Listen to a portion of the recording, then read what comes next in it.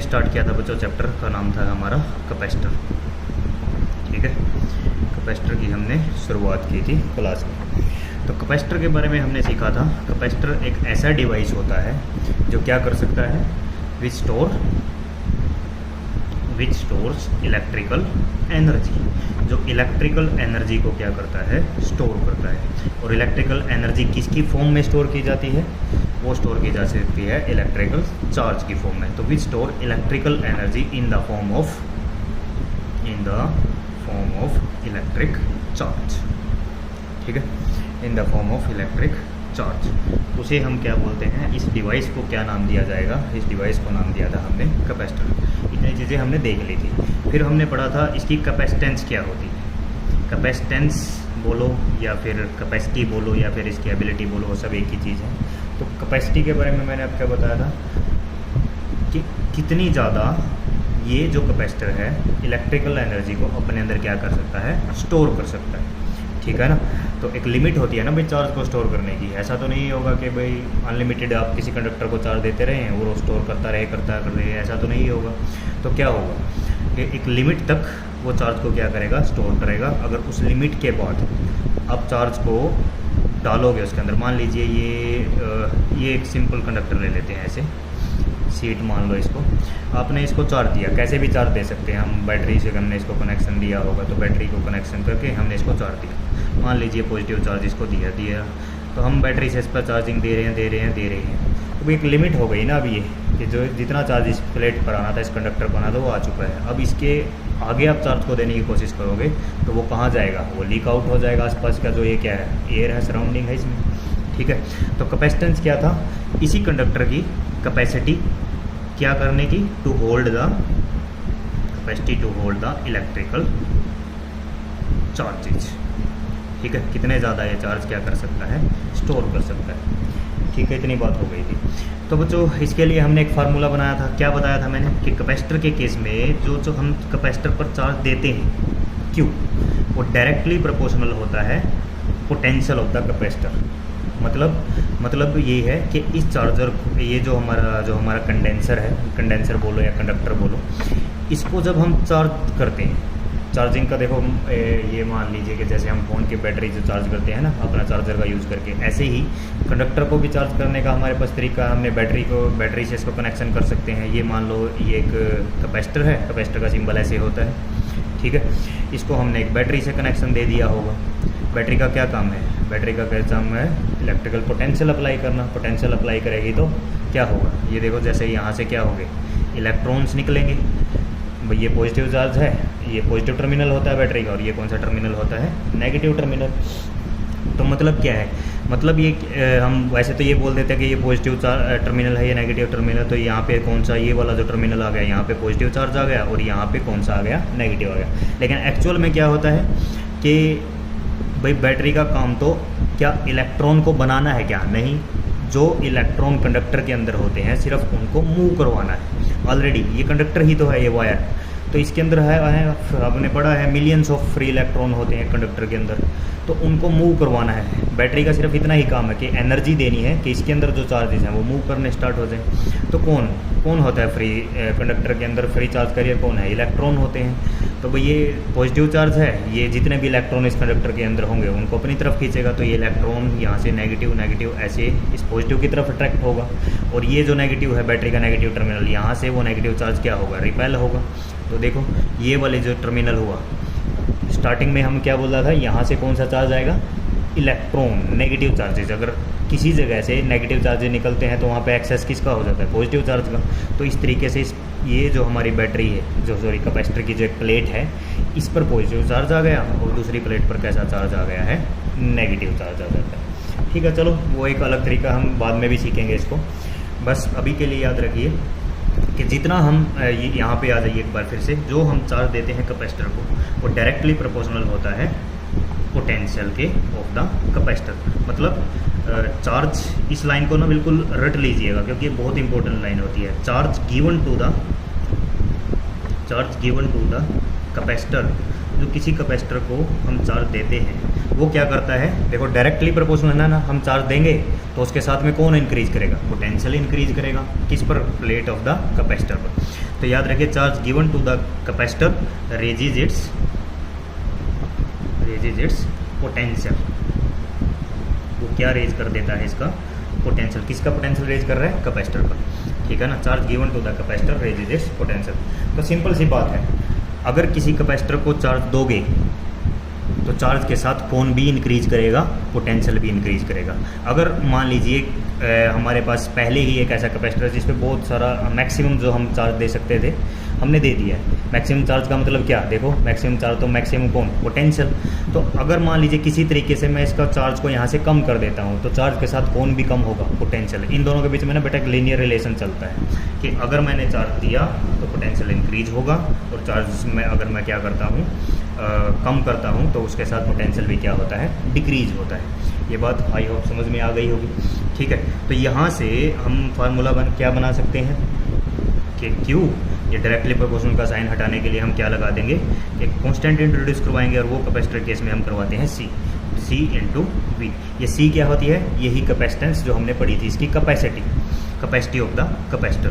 तो क्या फार्मूला बन गया हमारे पास कैपेसिटी का, C is equal to Q by V, ठीक है। ये फॉर्मूला होता है कैपेसिटी का, किसकी कैपेसिटी, हमारे पास जो हमारा कैपेसिटर है उसकी कैपेसिटी।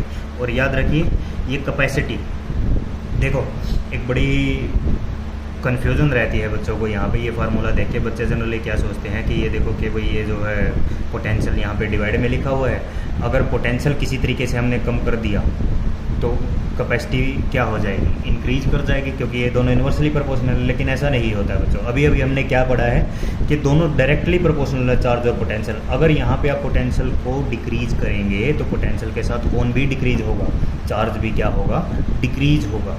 तो ये भी डिक्रीज हुआ तो साथ में ये भी डिक्रीज हो गया, तो कैपेसिटी फिर से क्या रही, कांस्टेंट। अगर ये इंक्रीज किया तो ये इंक्रीज कर जाएगा, ये इंक्रीज किया तो ये इंक्रीज कर जाएगा। दोनों ना एक साथ ही इकट्ठे बढ़ते हैं और एक ही साथ क्या होते हैं, डिक्रीज करते हैं। तो चाहे इंक्रीज हो चाहे डिक्रीज हो, इंक्रीज भी इकट्ठे होंगे, डिक्रीज भी इकट्ठे होंगे, तो ये कैपेसिटी तो हमेशा क्या बनी रहेगी, सेम। तो ये कभी भी चेंज नहीं होती है। तो कहने का मतलब ये है कि जो ये कैपेसिटी होती है कैपेसिटर की, ना तो ये चार्ज पर डिपेंड करती है कि हम कैपेसिटर को कितना चार्ज दे रहे हैं, ना ही इस पोटेंशियल पर डिपेंड करती है। ये इन दोनों के ही क्या होती है, इंडिपेंडेंट होती है। इन दोनों का ना मैंने अभी बोला क्या होता है, लीनियर रिलेशन होता है दोनों में।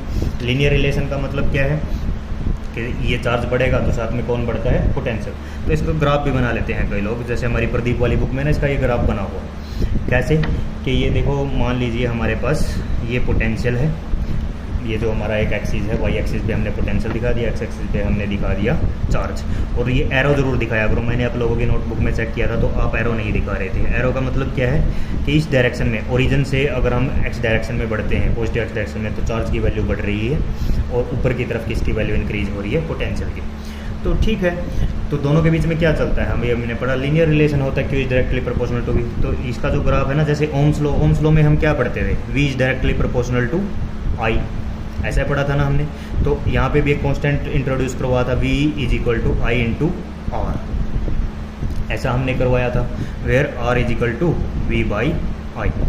तो ओम्स लॉ का जब ग्राफ बनाते थे वो भी तो क्या बनता था, एक बिल्कुल स्ट्रेट लाइन बनता था, बिल्कुल एज इट इज कहानी इसमें चलती है कैपेसिटर में। देखो charge is directly proportional to potential, या potential is directly proportional to charge. तो एक बढ़ेगा तो दूसरा भी बढ़ेगा, तो दोनों के बीच में लीनियर रिलेशन है। तो ये ग्राफ इस तरीके से बनता है। आगे बात समझ में। अच्छा ये एरो मत दिखाना यहाँ पे, ये ऐसे, ये सिंपल, ठीक है। आगे बात समझ में। तो इसका कहने का, अब ये ग्राफ दिखाने का आपको मतलब, सिंपल मतलब यही था कि जो हमारा कैपेसिटी होती है किसी भी कैपेसिटर की, कैपेसिटेंस जो होता है ना तो वो चार्ज पर डिपेंड करता है ना ही पोटेंशियल पर, क्योंकि दोनों एक ही साथ इंक्रीज करते हैं और एक ही साथ क्या करते हैं, डिक्रीज करते हैं, जिसकी वजह से कैपेसिटी हमेशा क्या बनी रहती है, कांस्टेंट बनी रहती है। तो मैं इस लाइन को लिख देता हूँ, capacitance does not depend upon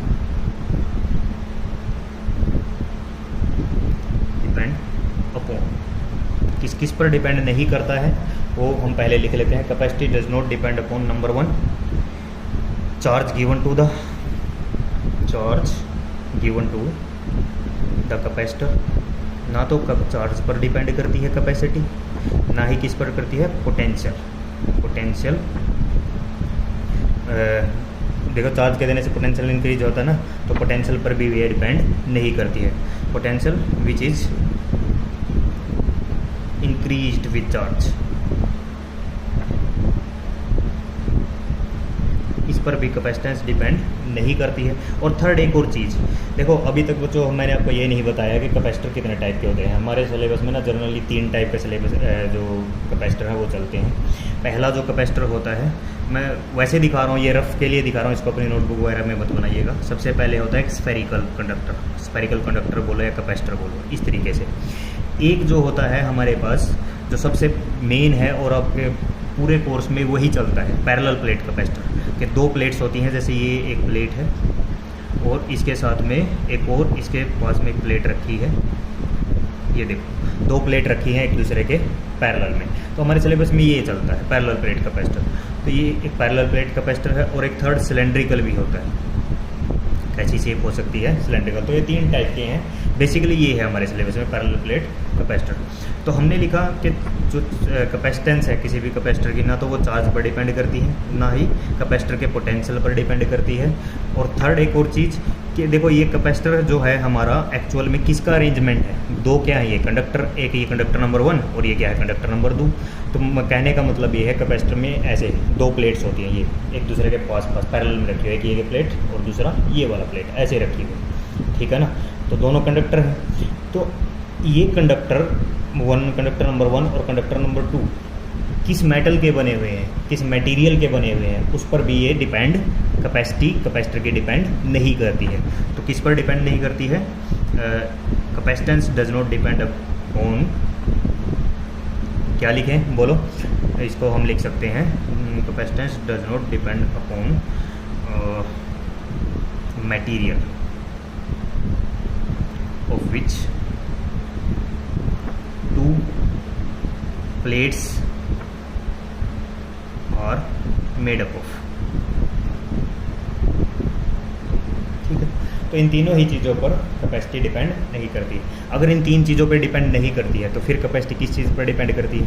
देखो बच्चों, कैपेसिटर का बनना, जब कैपेसिटर की कितनी कैपेसिटी होगी वो डिपेंड करता है उसकी शेप और साइज़ पर। किस पर, शेप और साइज़ पर। भाई देखो हमने देखा है सभी ने, कंडेंसर हमारे पंखे में लगा होता है, वाइट साइड छोटा सा डब्बा सा।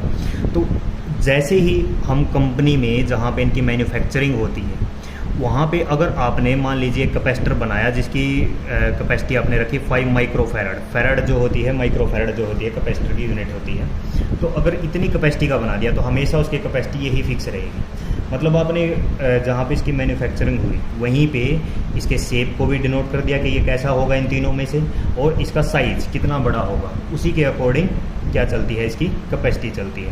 तो कैपेसिटी बेसिकली किस चीज़ पर डिपेंड करती है, इन 3 चीज़ों पर ना डिपेंड करके वो डिपेंड करती है शेप ऑफ द कैपेसिटर पर और साइज ऑफ द कैपेसिटर। देखो भाई सिंपल सी बात है, इतना ये देखो मान लीजिए एक पैरेलल कैपेसिटर है, ठीक है, एक छोटा सा इतना सा आपने कैपेसिटर बना लिया, ये लो, ये मान लो, ये ऐसे मैं शेप बना रहा हूँ, ये कैपेसिटर आपने इतना सा बना लिया। इसमें आप ज़्यादा चार्ज स्टोर कर पाओगे या फिर जो बड़ा कैपेसिटर आपने बनाया उसमें ज़्यादा स्टोर कर पाएंगे। ऑब्वियस सी बात है, जो बड़ा होगा साइज़ में उसमें ज़्यादा हम क्या स्टोर कर पाएंगे, चार्जेस स्टोर कर पाएंगे। तो यही यहाँ पे बोला हुआ है कि जो हमारी कैपेसिटेंस होती है, कैपेसिटी होती है किसी भी कैपेसिटर की, वो डिपेंड करती है इसकी कैपेसिटर की शेप पर और इसके साइज़ पर। तो मैं लिख देता हूँ इसको, capacity depends on,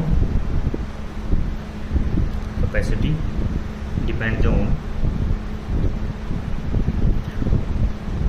shape and size of capacitor, ठीक है। और एक चीज़ और है बच्चों, एक तो पॉइंट हो गया हमारा शेप और साइज, एक चीज़ और है जिस पर कैपेसिटी डिपेंड करती है, और वो चीज़ क्या है कि हम किस मीडियम में कैपेसिटर को रखते हैं।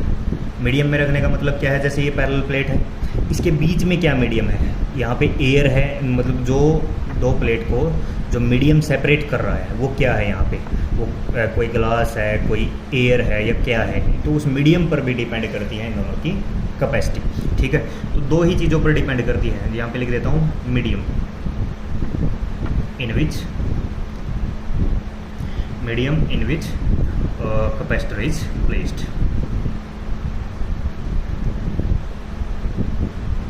आई होप ये बात समझ में आ गई होगी। तो बेस बड़ा सिंपल सा फंडा है यहाँ पे, इतनी चीज़ों को बड़ा सिंपल रखिए। बच्चों को इस फार्मूले की वजह से ये जो मैंने लिखा थोड़ा कन्फ्यूज़न हो जाता है कि पोटेंशियल के साथ ये कैपेसिटी बढ़ती है, लेकिन ऐसा नहीं है, वो मैं आपको बता चुका क्यों नहीं है। ना तो कैपेसिटी चार्ज पर डिपेंड करती है, ना पोटेंशियल पर डिपेंड करती है, ना ही डिपेंड करती है कि ये जो हमारा कैपेसिटर है ये किस मटेरियल का बना हुआ है। किन किन चीज़ों पर डिपेंड करती है, वो डिपेंड करती है जो हमारा कैपेसिटर है उसका शेप कैसी रखी गई है, उसका साइज़ कैसा रखा गया है, और ये कहाँ पे डिसाइड होता है, ये कंपनी में ही डिसाइड होता है जहाँ पे इनकी मैन्युफैक्चरिंग होती है। ठीक है। और नंबर 3 मीडियम, इससे जो हमारे जो कैपेसिटर है इसकी प्लेट्स के बीच में कैसा मीडियम रखा गया है उस पर भी इसकी कैपेसिटी डिपेंड करती है। ठीक है, इतनी बात समझ में आ गई। उसके बाद आगे बढ़ते हैं। देखो जरा, अच्छा जरा ना, अगर नोट कुछ पॉइंट रह जाता है तो पॉज करके वीडियो को नोट कर लेना। यहाँ पर इस फार्मूले पे आ जाओ एक बार फिर से, Q = C।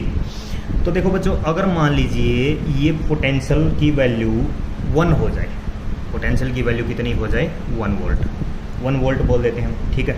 इफ़ V = 1, अगर ऐसा हो गया तो उस समय जो हमारा चार्ज है वो किसके इक्वल है, C के, यानी कैपेसिटी किसके इक्वल होगी, जो हम चार्ज देंगे।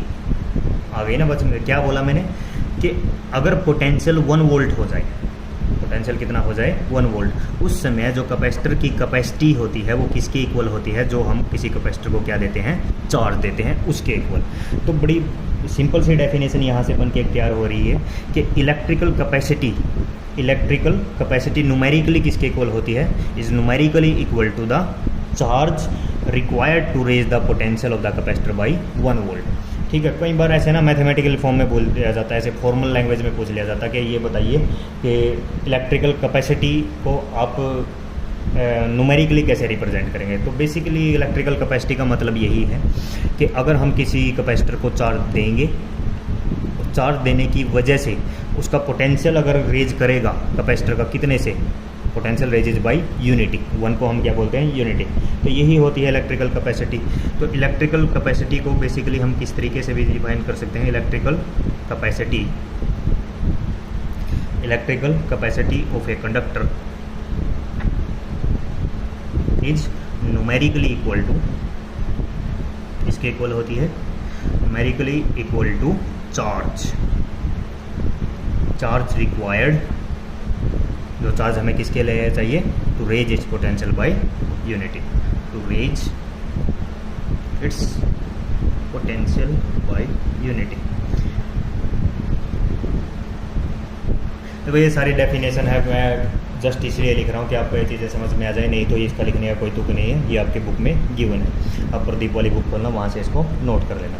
तो सिंपल सी बात है, ये हमने देखा है यहाँ पे अगर पोटेंशियल 1 वोल्ट हो गया तो उस समय कैपेसिटी किसके इक्वल है, चार्ज के इक्वल है। तो वही बोला है कि capacity is numerically equal to charge required to raise its potential by 1 volt. Okay, चलिए आगे बढ़ते हैं हम लोग।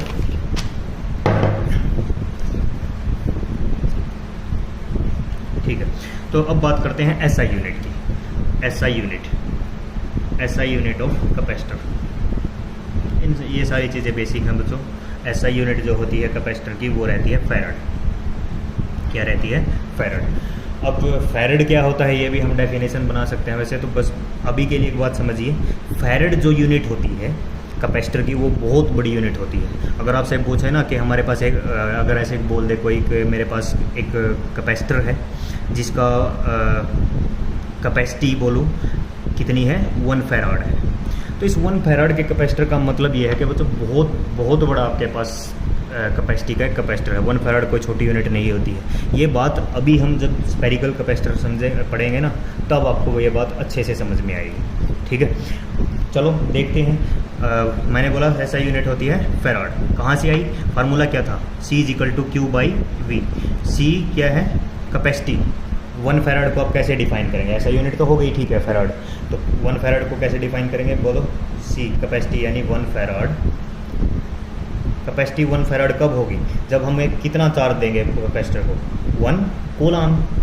कितना चार्ज देंगे, 1 कूलाम। और इस 1 कूलाम चार्ज के देने की वजह से जो हमारा कैपेसिटर है उसका पोटेंशियल कितने वोल्ट से इंक्रीज कर जाएगा, 1 वोल्ट से। ठीक है, तो बेसिक बात हो गई बच्चों ये क्या कि फैराड को कोई पूछेगा कि 1 फैराड को आप डिफाइन कीजिए कि किसी कैपेसिटर की कैपेसिटी को हम 1 फैराड कब बोलेंगे। वो कैपेसिटी को 1 फैराड हम उस समय बोलेंगे कि जब हम कैपेसिटर को कितना चार्ज देंगे 1 कूलाम, और उस 1 कूलाम कैपेसिटर को चार्ज देने की वजह से उसकी जो पोटेंशियल है, उसकी जो वोल्टेज है वो कितने वोल्ट से इंक्रीज कर जाएगा 1 वोल्ट से। ठीक है, तो वो क्या हो गया 1 फैराड। समझो इसको ज़रा, मैं लिख देता हूँ, डेफिनेशन लिखूँ या लिख लोगे खुद? चलो खुद ही लिख लेना, या तो बुक में गिवन है, नहीं तो समझ लो, बस मैं ऐसे वर्बली बोल रहा हूँ, वहाँ से नोट कर लेना। देखो, electrical capacity of a capacitor is said to be 1 farad if we give the capacitor a charge of 1 coulomb due to which its potential raises by 1 volt. आ गई ना बात समझ में? तो अगर हम 1 कूलाम क्या देंगे, चार्ज देंगे कैपेसिटर को, और उस 1 कूलाम चार्ज के देने की वजह से उसका पोटेंशियल कितने वोल्ट से इंक्रीज कर जाएगा 1 वोल्ट से कर जाएगा, तो उसे हम क्या बोलते हैं capacitor. 1 farad capacity of the capacitor. अच्छा एक बात समझो एक बार, ये कूलाम पर वोल्ट लिखा हुआ है आप लोगों ने, कूलाम पर वोल्ट। ठीक है, तो इस बात को मैं क्या बताना चाह रहा हूँ आपको, बेसिकली मैं ये कहना चाह रहा हूँ कि मान लीजिए कोई आपको कहता है कि मेरे पास एक कैपेसिटर है जिसकी कैपेसिटी है 2 फैराड। ठीक है, हमारे पास एक कैपेसिटर है जिसकी कैपेसिटी कितनी है 2 फैराड। तो कोई आपसे पूछता है कि इसका मतलब क्या है,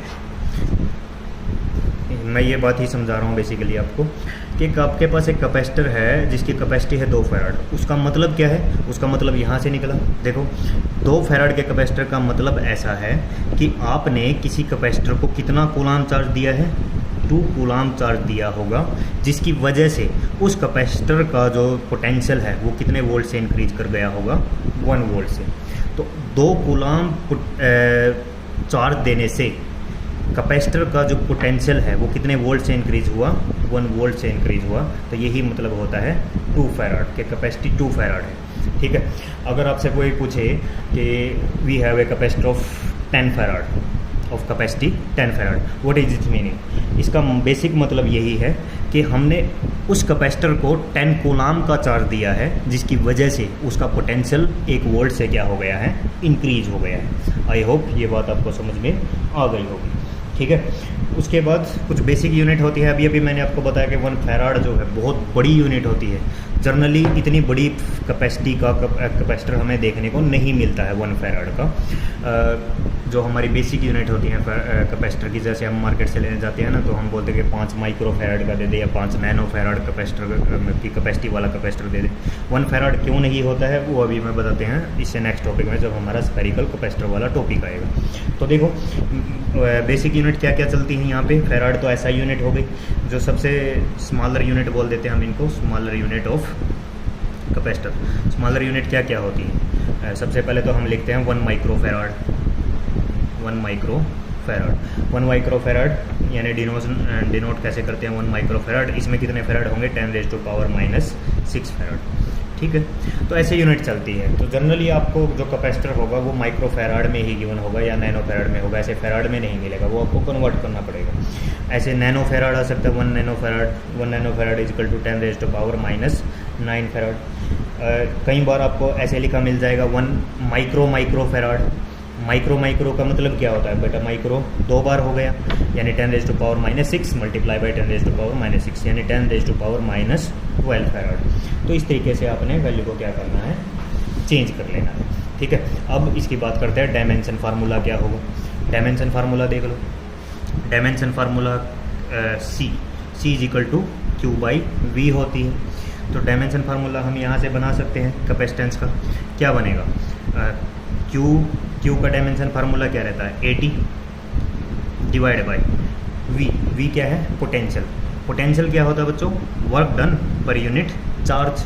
तो वर्क का डायमेंशन फार्मूला हमें याद रहता है 80 डिवाइड बाई वर्क का रहता है m1 L2 T-2। ऐसा वर्क का डायमेंशन फार्मूला रहता है। और इसके डिवाइड में कौन था? चार्ज। तो डिवाइड में था तो ऊपर जाके कहाँ हो गया? मल्टीप्लाई में। उसका डायमेंशन फार्मूला भी क्या होता है? 80। तो एक्चुअल में क्या डायमेंशन फार्मूला बना? 80 का square divide by m1 L2 T-2। तो इसको ऊपर लेके जाके लिखो, सोल्व करो। m-1 L ऊपर नहीं है तो L की पावर -2, T की -2 और T की 2 ये है, ऊपर जाके पॉजिटिव हो जाएगा, T की पावर 4 और A की पावर 2। तो ये क्या है, dimension formula of the capacitor या कैपेसिटी ऑफ द कैपेसिटर। तो इसके बेस पे छोटे छोटे से क्वेश्चन बनते हैं, जैसे आपके बुक में गिवन है कि पोटेंशियल डिफरेंस है 250 volt is applied across the plate of a capacitor. एक कैपेसिटर है, मान लीजिए यहाँ पे जो इसकी दो प्लेट्स हैं इसके बीच का पोटेंशियल दिया हुआ, पोटेंशियल का डिफरेंस दिया हुआ है एक्चुअली कितना 250 वोल्ट दिया हुआ है यहाँ पे पोटेंशियल का वैल्यू, पोटेंशियल का डिफरेंस, और लिखा है potential difference of 250 volt is applied across the plate of a capacitor of 10 picofarad. तो ये तो पोटेंशियल डिफरेंस हमने लगाया है और बोला हुआ है कि जो कैपेसिटर है उसकी हमें कैपेसिटी दी गई है, कितनी दी गई है, वो दी गई है 10 पिकोफैराड। ठीक है, तो पूछा गया calculate the charge on the plate of the capacitor. निकालिए कि इसकी ये जो कैपेसिटर है इसकी प्लेट पे कितना चार्ज है। तो फार्मूले में क्या दिक्कत है हमें, C = Q/V हमारे पास फार्मूला होता है, चार्ज पूछा हुआ है, कैपेसिटी गिवन है, पोटेंशियल डिफरेंस हमें गिवन है, तो क्रॉस मल्टीप्लाई कीजिएगा। हरियाणा बोर्ड में तो इस तरीके के क्वेश्चन आते हैं बेटा, छोटे छोटे फार्मूला बेस्ड डायरेक्टली। तो Q = CV हो गया। C की वैल्यू कितनी गिवन है हमें 10⁻⁴। अच्छा देखो C की वैल्यू 10 पिकोफैराड दी हुई है, पिको को पहले किस में कन्वर्ट करोगे, फैराड में, तो 10 × 10⁻⁻12 फैराड होते हैं पिको में, मल्टीप्लाई बाई, इसको बता दो चलो, फैराड में कन्वर्ट हो गया है, मल्टीप्लाई बाई पोटेंशियल 250 वोल्ट दिया हुआ है। ठीक है ना, तो इसको आंसर सोल्व कर लोगे, 10⁻⁴ कितना आ गया -11 और एक 10 ये आ गया 25 × 10। तो इसको सोल्व कर लेना, ये आपको आंसर देगा 2.5 × 10⁻⁻9। तो इस प्रकार से छोटे छोटे क्वेश्चन 1 या 2 मार्क्स में आपके बनते हैं। ठीक, उसके बाद आ जाइए हम पहले टाइप के कैपेसिटर की बात करते हैं, स्फेरिकल कैपेसिटर। मैंने आपको बोला था कि मैं आपको बताऊंगा कि कैपेसिटी फैराड जो होती है वो बहुत बड़ी होती है, वो इसी के बेस पे हम देखेंगे। तो कैपेसिटी है, हम कैपेसिटी निकाल रहे हैं किसकी, capacity of an isolated spherical conductor. सबसे पहले हम बात कर रहे हैं स्फेरिकल कंडक्टर, किसकी बात कर रहे हैं बच्चों, स्फेरिकल कंडक्टर। तो देखो मान लीजिए हमारे पास एक स्फेरिकल कंडक्टर है, ठीक है, और स्फेरिकल कंडक्टर है जिस पर हमने चार्ज दिया है, मान लीजिए सेंटर है उसका स्फेरिकल कंडक्टर का O और जिसकी रेडियस है कुछ R, क्या रेडियस है R। इसके सेंटर पे हमने चार्ज दिया, चार्ज देने का मतलब है कि हमने इसको चार्ज किया किसी भी तरीके से, चार्ज बैटरी लगा के किया या कैसे भी किया। और एक बात याद रखिए, मैंने आपको बताया था कैपेसिटर में क्या होता है, 2 प्लेट्स का कॉम्बिनेशन होता है कैपेसिटर। जैसे पैरेलल प्लेट में तो आपको डायरेक्ट दिखाई दे रहा है कि ये प्लेट है कि ये प्लेट, ऐसे ही इसमें भी 2 प्लेट्स होती हैं। ये एक ही प्लेट मैंने आपको दिखाई है स्फेरिकल फॉर्म में, दूसरी प्लेट स्फेरिकल कंडक्टर में हम मानते हैं कि कहाँ पे रखी हुई है, जहाँ पे चार्ज क्या है, इनफाइनाइट है, तो दूसरी प्लेट इन्फिनिटी पे रखी हुई है। तो बेसिकली ये जो कैपेसिटी हम निकाल रहे हैं ना, capacity of an isolated spherical capacitor, तो ये कैपेसिटी सिर्फ एक ही प्लेट की निकाल रहे हैं स्फेरिकल कंडक्टर के केस में। तो आ जाते हैं एक बार फिर से, तो हमारे पास क्या है, एक स्फीयर है जिसकी सेंटर हमने माना है और जिसका रेडियस कितना है O। तो हमने मान लीजिए यहाँ पे चार्ज दिया इसके सेंटर पर +Q, कितना चार्ज किया +Q के चार्ज देने की वजह से क्या होगा, सारा का सारा चार्ज कहाँ पे आ जाएगा, हमने पढ़ा हुआ है सेंटर पे तो चार्ज होता ही नहीं है कंडक्टर के केस में, हम देंगे सेंटर पे लेकिन वो सारा ऑटोमेटिकली कहाँ पे आ जाएगा, इसके सरफेस पर। ठीक है, तो इतनी बात समझ में आ गई। और देखो ये जो हमारी इंट्रोडक्शन है वो अपने आप लिख लेंगे, क्या लिखेंगे, consider we have a sphere of radius R and with origin O. We have given a charge of, we have given charge +Q at the center of this sphere, and we know that in a conductor all the charge reside on the surface, hence all the charge move out to the surface. इतनी बात मुझे I hope समझ में आ गई होगी। ठीक है, तो क्या होगा, सारा का सारा चार्ज बेटा सरफेस पे आ गया। अब देखो ये स्फीयर है ना, स्फीयर के केस में मैंने आपको पढ़ाया भी था जब हमने गॉस लॉ की एप्लीकेशन की थी कि जो सारा चार्ज कहाँ पे है, सरफेस पे है, वो किसकी तरह बिहेव करता है कि सारा का सारा चार्ज कहाँ पे कंसंट्रेटेड हो, सेंटर पे। स्फीयर के केस में, in case of sphere, all the charge behave as if it is at the centre. तो ठीक है, ये सारा चार्ज कहाँ पे मान सकते हैं हम? सेंटर पे। अब देखो यहाँ पे सेंटर पे चार्ज है प्लस क्यू, तो यहाँ से कोई r डिस्टेंस दूर ये चार्ज यहाँ पे था, इससे r डिस्टेंस दूर इस सरफेस पर पोटेंशियल की वैल्यू क्या होगी? हमने पढ़ा है पोटेंशियल की वैल्यू क्या होती है? KQ/R होती है। भाई एक चार्ज है, चार्ज से r डिस्टेंस दूर, पोटेंशियल की फार्मूला क्या रहता है? KQ/R। तो हम लिख सकते हैं potential is equal to 1/4 pi epsilon naught KQ और Q डिवाइड बाई R। ठीक है, निकालने क्या है हमें? ये पोटेंशियल की वैल्यू हमने निकालनी थी हमें कैपेसिटी यानी C is equal to Q/V, ये फार्मूला हमने पढ़ा है। तो C इज इक्वल टू, अच्छा इसको ना कैपिटल लेने की बजाय स्मॉल ले लो, क्योंकि हमने यहाँ भी स्मॉल लिया। या तो एक काम करना, यहाँ पे कैपिटल ले लेना। मान लीजिए मैंने यहाँ पे ही कैपिटल ले लिया, चलो ठीक है। तो ये फार्मूला आ गया C इज इक्वल टू, यहाँ पे फिर क्या हो गया? Capital Q, C is equal to Q/V। तो ये मेरे पास Q डिवाइड बाई पोटेंशियल की वैल्यू है मेरे पास, ये रही। इसको इधर डिवाइड में लिख दो, 1/4 पाई एप्सिलॉन नॉट Q/R। ठीक है, तो देखो ये 4 पाई एप्सिलॉन नॉट और R जो है ये ऊपर चले जाएंगे और Q से Q क्या हो जाएगा? कैंसिल। तो क्या आया? 4 पाई एप्सिलॉन नॉट R। तो कैपेसिटी कितनी आ गई? जो हमारा एक स्फेरिकल जो कंडक्टर होता है उसकी कैपेसिटी कितनी होती है? 4 पाई एप्सिलॉन नॉट R। इतनी बात को नोट कर लेना, मैं आगे बढ़ रहा हूँ। देखो क्या फार्मूला निकल के हमारे सामने आया? C is equal to capacity of a spherical conductor is equal to 4 pi epsilon naught R। इस फार्मूले में एक बात देखो, मैंने आपको बोला था कि जो कैपेसिटी होती है कंडक्टर की, कैपेसिटर की, ना तो वो चार्ज पर डिपेंड करती है ना पोटेंशियल पर डिपेंड करती है। देखो ना तो इस फार्मूले में जो कैपेसिटी है चार्ज आ रहा है, ना ही पोटेंशियल आ रहा है। पहली बात तो ये किस पर डिपेंड करती है? वो डिपेंड करती है शेप एंड साइज। ये देखो ये क्या है? R radius. मतलब जितना बड़ा आप रेडियस लोगे, जितना बड़ा रेडियस लोगे उतनी ही ज़्यादा क्या होगी? इसकी चार्ज को स्टोर करने की क्या होगी? कैपेसिटी होगी। तो यही तो मतलब है कि कैपेसिटी डायरेक्टली किस पर डिपेंड कर रही है? डिस्टेंस पर। C कैपेसिटी, यही हमने पढ़ा था, shape and size. Capacity depends upon radius. Radius का मतलब क्या? कि जितनी बड़ी रेडियस का आप स्फीयर बनाओगे उतना ही ज़्यादा चार्ज उस पर क्या होगा? स्टोर होएगा। तो ये उसकी साइज पर डिपेंड कर गया। ठीक है, यही हमने पढ़ा था। दूसरी चीज़ ये देखो किस पर डिपेंड कर रहा है? Epsilon not. एप्सिलॉन नॉट क्या होता है? Permittivity of free space. मतलब जो कैपेसिटर है, ये तो मैंने आपको बोला था ना, एक ही प्लेट मैंने आपको शो की है स्फेरिकल प्लेट, दूसरी कहाँ पे पड़ी हुई है? इन्फिनिटी पे। तो उस इन्फिनिटी वाली जो हमारा प्लेट है और इस वाली प्लेट के बीच में जो सारा मीडियम क्या है? एयर मान के चले हैं, तो उस पर डिपेंड कर रहा है। नंबर 2 किस पर डिपेंड करता है? Medium in which it is placed. तो दो ही चीज़ों पर डिपेंड करता है बच्चा। तो capacity C is directly proportional to R and medium in which it is placed.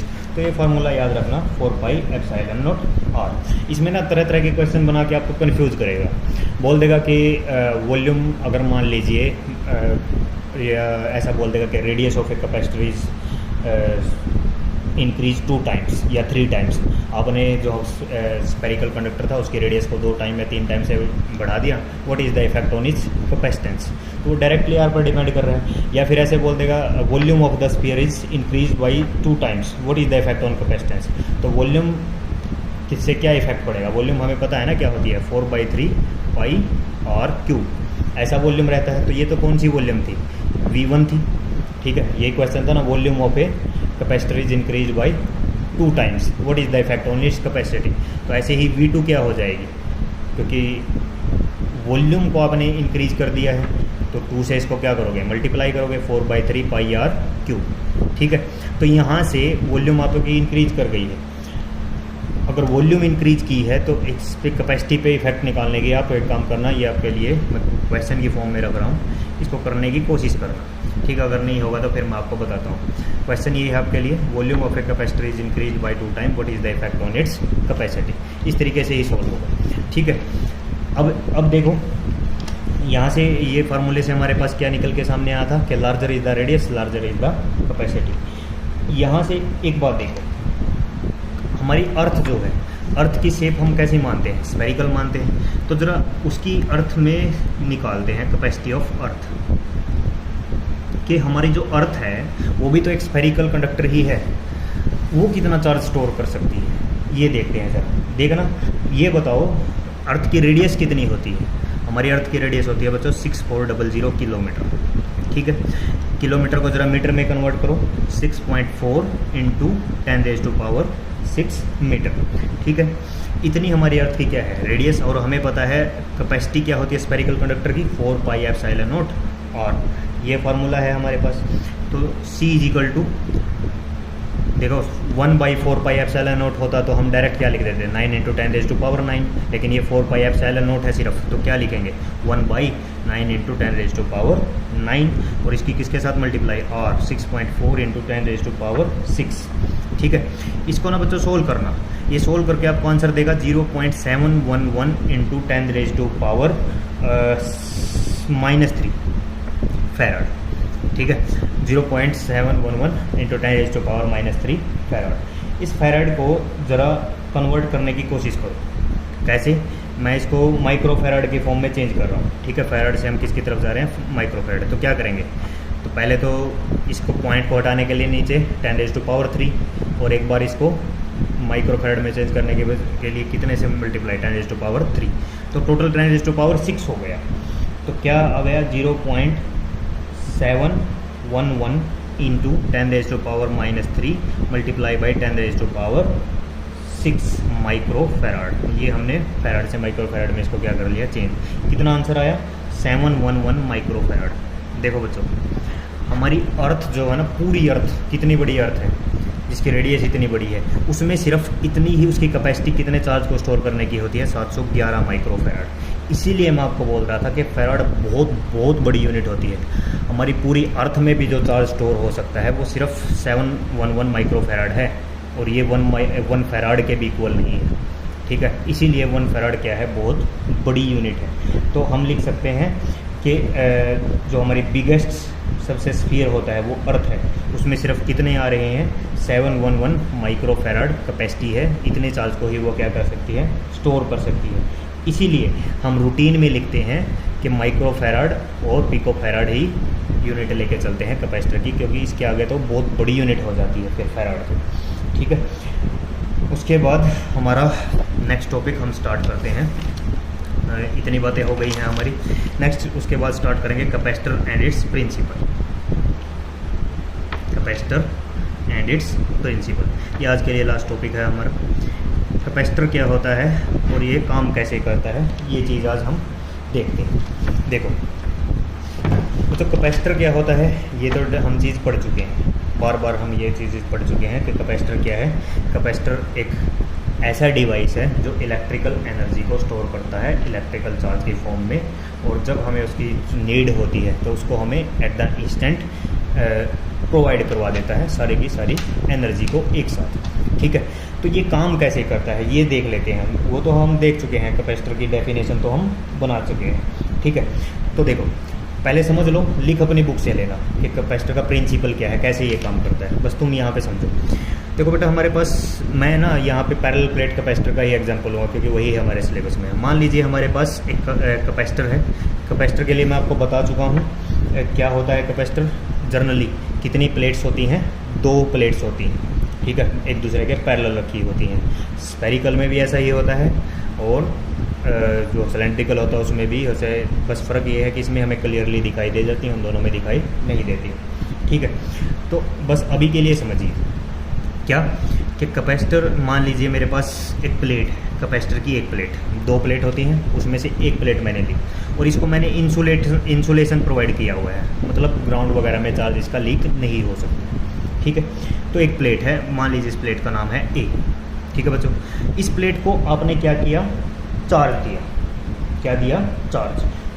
किसी भी तरीके से चार्ज देने का तरीका कुछ भी हो सकता है। मैंने आपको बताया है कि आप बैटरी से कनेक्शन करके इसको चार्ज दे सकते हो। मान लीजिए मैंने इस प्लेट को चार्ज दिया पॉजिटिव।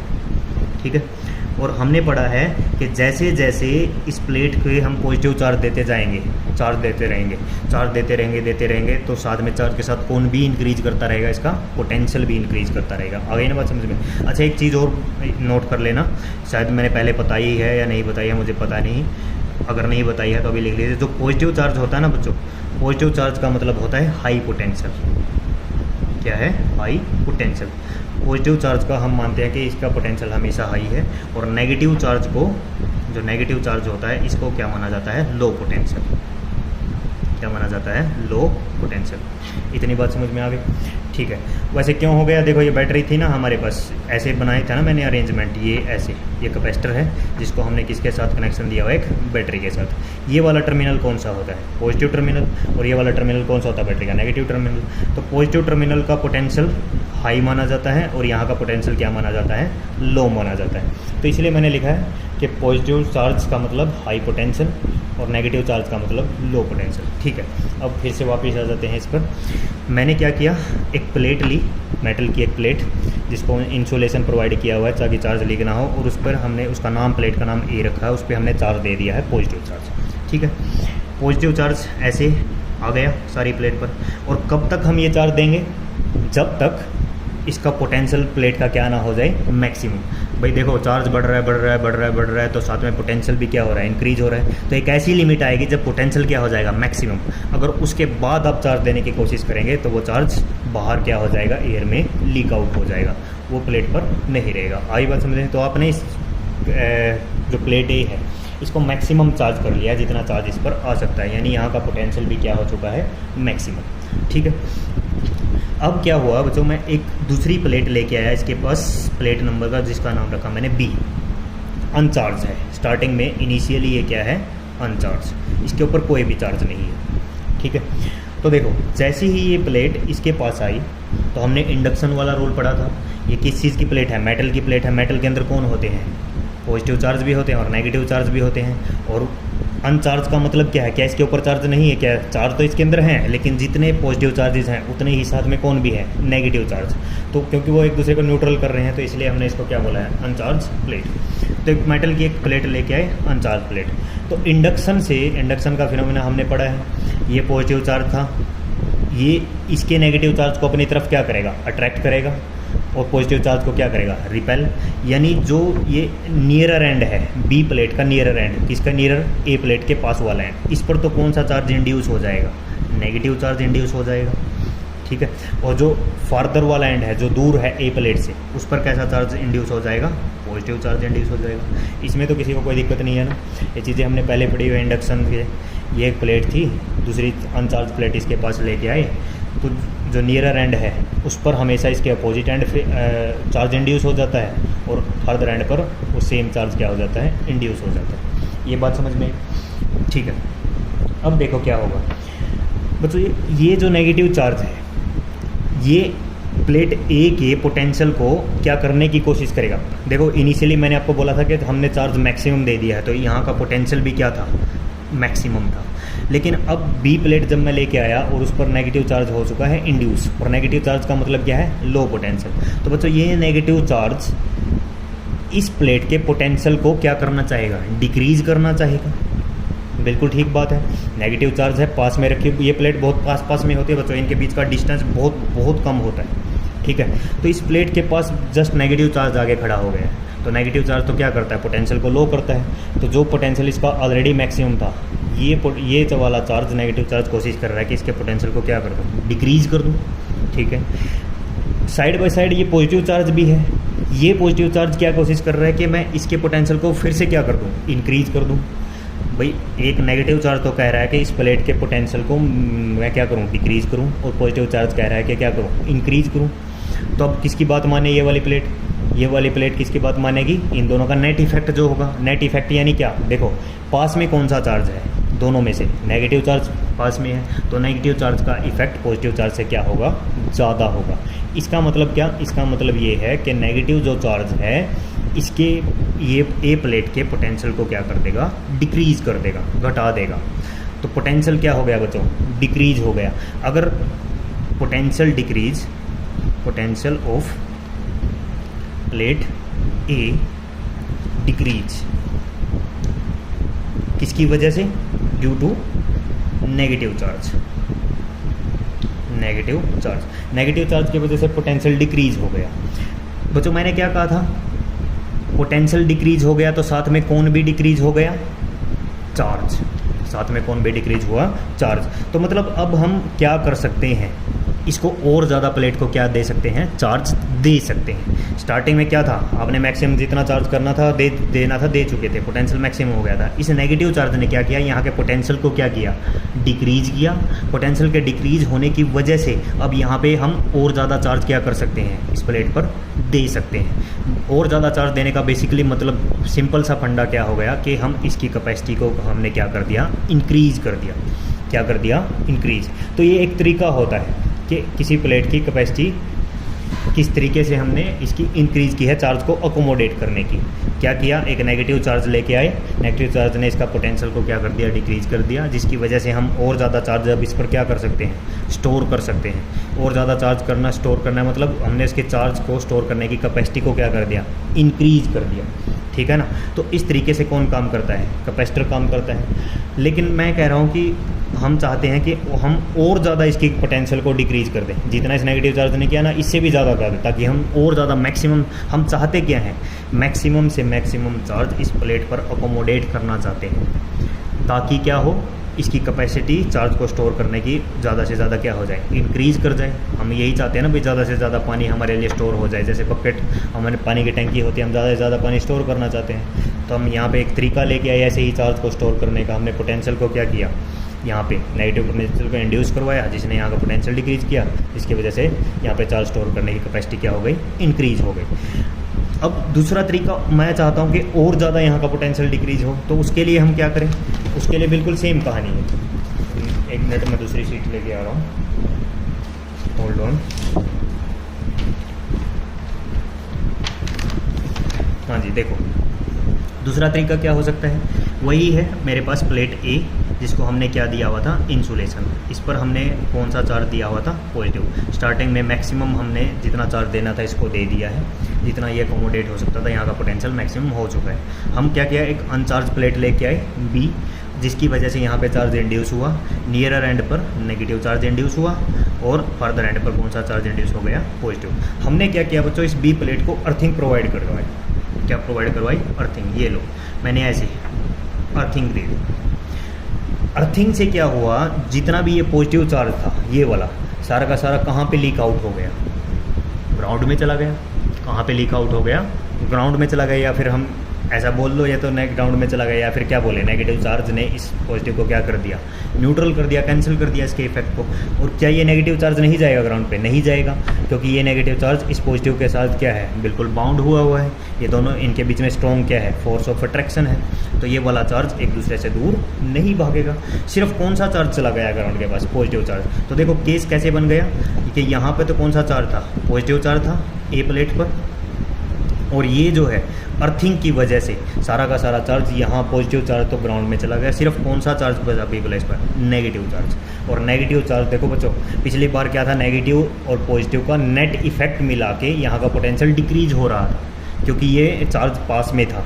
इस बार तो पॉजिटिव चार्ज है ही नहीं, सिर्फ कौन सा चार्ज है, नेगेटिव चार्ज। नेगेटिव चार्ज तो यहाँ के पोटेंशियल को बहुत एक ह्यूज अमाउंट में डिक्रीज करेगा, और बहुत बड़ा पोटेंशियल में डिक्रीज होने की वजह से यहाँ पर हम ज़्यादा से ज़्यादा क्या कर सकते हैं, चार्ज को स्टोर कर सकते हैं। यानी इस प्लेट की कैपेसिटर की कैपेसिटी को हम क्या कर सकते हैं, इंक्रीज़ कर सकते हैं। तो यही है बच्चों प्रिंसिपल कैपेसिटर का।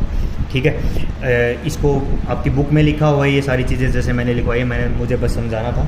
लो मैं दिखा भी देता हूँ तुम्हें, मेरे पास बुक पड़ी है, मैं अभी दिखाता हूँ तुम्हें।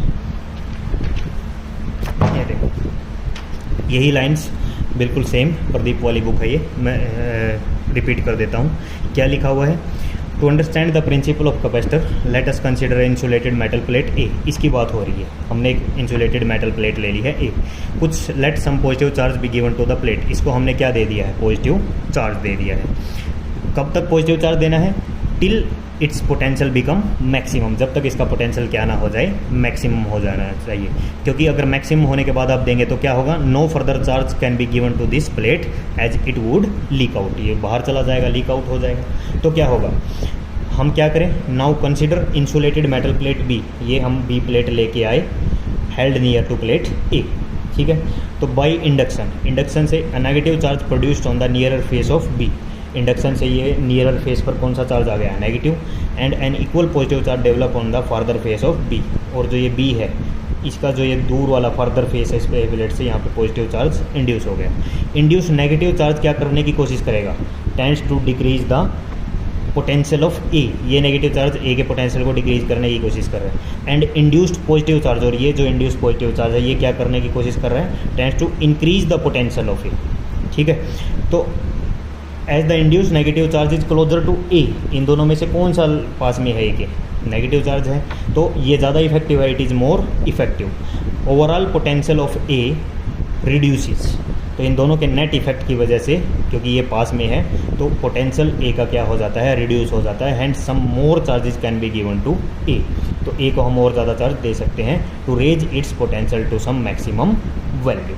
ठीक है, hence capacity of the conductor A is increase, इसकी कैपेसिटी हमने इंक्रीज कर दी by bringing another uncharge plate B in its vicinity, इसके आसपास। तो एक तो ये बात हुई। दूसरी बात क्या है, आगे देखो ये क्या कहते हैं, now connect the plate B to earth, आपने प्लेट बी को किससे कनेक्शन दिया है, अर्थ से। इसकी वजह से क्या हुआ, induce positive charge on B, जो पॉजिटिव चार्ज था बी पर, ये यहाँ पे, ये कहाँ चला गया, सारा का सारा अर्थिंग पे चला गया। Induce positive charge on B being free close to earth, कहाँ पे चला गया, अर्थ पे चला गया। और जो इंड्यूस नेगेटिव चार्ज है बी पर, कौन सा, negative charge, however stays on as it is bound on the positive charge on A, ये बोल रहा है कि ये जो नेगेटिव चार्ज है इंड्यूस, ये एज इट इज़ रहा, क्योंकि ये बाउंड है किसके साथ, ये पॉजिटिव चार्ज जो है किस पर, ए प्लेट पर। ठीक है ना, तो due to the induced negative charge on B, due to induced negative charge on B, potential of A greatly increase, तो ए का पोटेंशियल तो बढ़ेगा भाई, ये तो बात पक्की हो गई। Thus, a large amount of charge can be given to A to raise its potential to raise to its maximum potential। तो अब इस सारी लाइन को, जो हमने पूरा पैराग्राफ पढ़ा, उसको एक लाइन में लिख दिया। यही है प्रिंसिपल बेसिकली कैपेसिटर का। Capacitance of an isolated capacitor conductor is increased, कैसे बढ़ा सकते हैं आप, considerably by bringing near it an uncharged conductor, क्या लेके, कि एक चार्ज कंडक्टर के पास एक अनचार्ज कंडक्टर लेके आइए, उसका कैपेसिटेंस क्या हो जाएगा, इंक्रीज। और ज़्यादा इंक्रीज करने के लिए हम क्या करेंगे, कनेक्टेड टू अर्थ। तो यही होता है बच्चों किसका, हमारे कैपेसिटर का प्रिंसिपल होता है। ठीक है, अब ये दो तीन छोटी छोटी बातें हैं, ये मैं आपको बता चुका हूँ कि जनरली हमारे जो सिलेबस में है वो कितने टाइप का होता है। अच्छा, ये लाइन देखना, देखो, such an arrangement of two conductor separated by the dielectric medium is said to be form a conduction. वही बोल रहा है कि एक मेरे पास दो प्लेट का एक सिस्टम बना हो, एक ये प्लेट और एक ये प्लेट, जैसे ये यहाँ पे बनी हुई है। ठीक है ना, एक प्लेट, दो प्लेट का एक सिस्टम बना हुआ है, इसी को हम कैपेसिटर बोलते हैं। और ये दो छोटी छोटी बातें हैं कि कितने टाइप का कैपेसिटर होता है, 3 टाइप का कैपेसिटर रहता है हमारे सिलेबस में। नंबर 1 पैरेलल प्लेट कैपेसिटर, यानी ये जो होता है।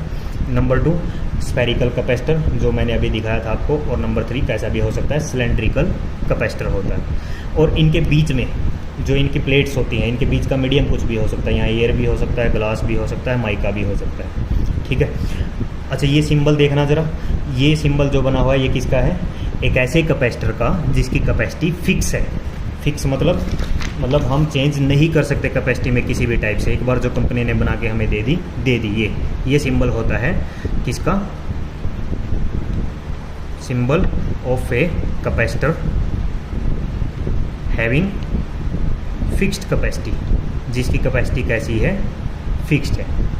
ठीक है ना, जिसकी कैपेसिटी कैसी है, फिक्स्ड, ये सिंबल रहता है। बॉक्स में मत बंद करना इसको, सिर्फ इतना आपने शो करना है। ये तो मैंने बस वैसे ही दिखा दिया। और एक डायग्राम आपके पास बना होता है ऐसे, ये सिंबल, ये यहाँ से ऐसे एरो, ये होता है बच्चों, ये एरो का मतलब होता है वेरिएबल कैपेसिटेंस।